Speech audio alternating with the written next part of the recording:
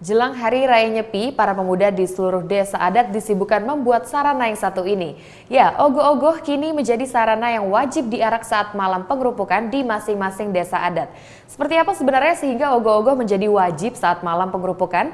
Kami rangkum dalam segmen Bali History berikut ini. Kantan kala, kali sewengkon Bali. Yang rupa ogah-ogah mecaling renggah,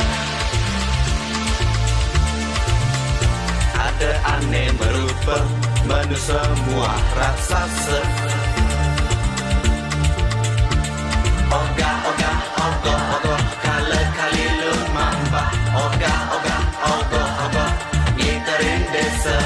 Ogah-ogah, ogoh-ogoh kala kali lumambah. Ogah-ogah, ogoh-ogoh ngiterin kota.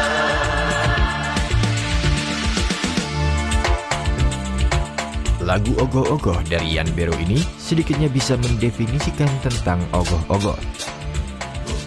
Ogoh-ogoh adalah suatu karya seni 3 dimensi, ditarikan secara ogoh-ogoh secara bersama-sama, maksudnya diusung secara bersama, baru disebut ogoh-ogoh. Kalau ogoh-ogoh yang dipasang begitu saja bukan ogoh-ogoh namanya, itu patung namanya. Ogoh-ogoh digambar sebagai sosok buta kala. Bu artinya alam semesta dan kala artinya waktu. Ialah sosok yang menguasai alam semesta pada waktu-waktu tertentu. Sehari menjelang Nyepi, tepatnya di malam yang disebut pengerupukan, ogoh-ogoh diarak keliling desa.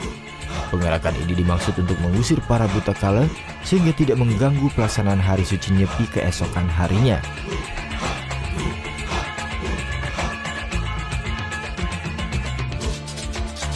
Setelah diarak, ogoh-ogoh akan dibawa menuju kuburan lalu dibakar.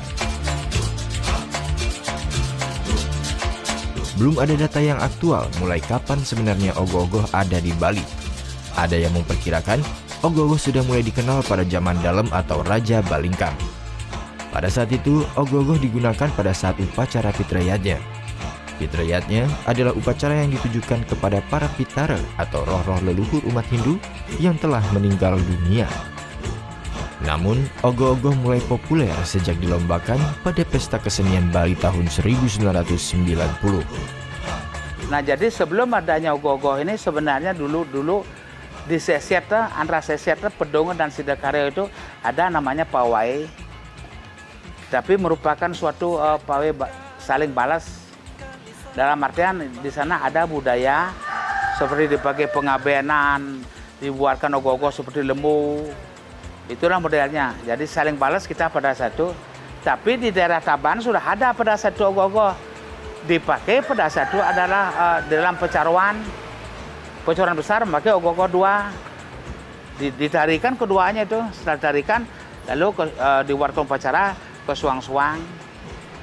Dan ada pun di Denpasar ini ogoh-ogoh itu ada sebelumnya disebut dengan lelakut, dibuat dari semi dari pohon padi itu loh, dari sumi itu ada. Jadi yang jelas ogoh-ogoh itu munculnya pertama kali untuk populernya ada tahun 90 waktu dilombakan oleh Profesor Ida Bagus Mantro pada saat itu di Pesta Kesenian Bali. Kini ogoh-ogoh menjadi sangat populer, bahkan menjadi suatu budaya yang mesti dilaksanakan setiap kali pengerupukan sebelum Nyepi. Kreativitas para pemuda pun terus berkembang tiap tahunnya. Bahkan, para pemuda mengkreasikan ogoh-ogoh yang mampu bergerak dengan sensor suara elektrik yakni suara gamelan, seperti yang dilakukan Seketriuna Banjar Kaja Panjar. Pembuatannya juga beragam, ada yang menggunakan anyaman bambu, dan ada pula yang menggunakan bahan styrofoam atau gabus.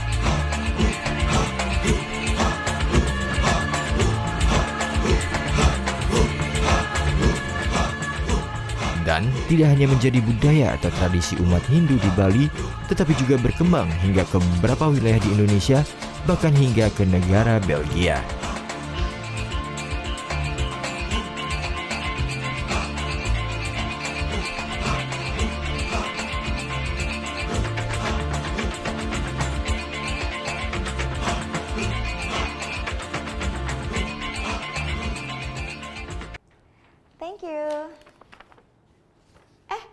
selesai nonton beritanya?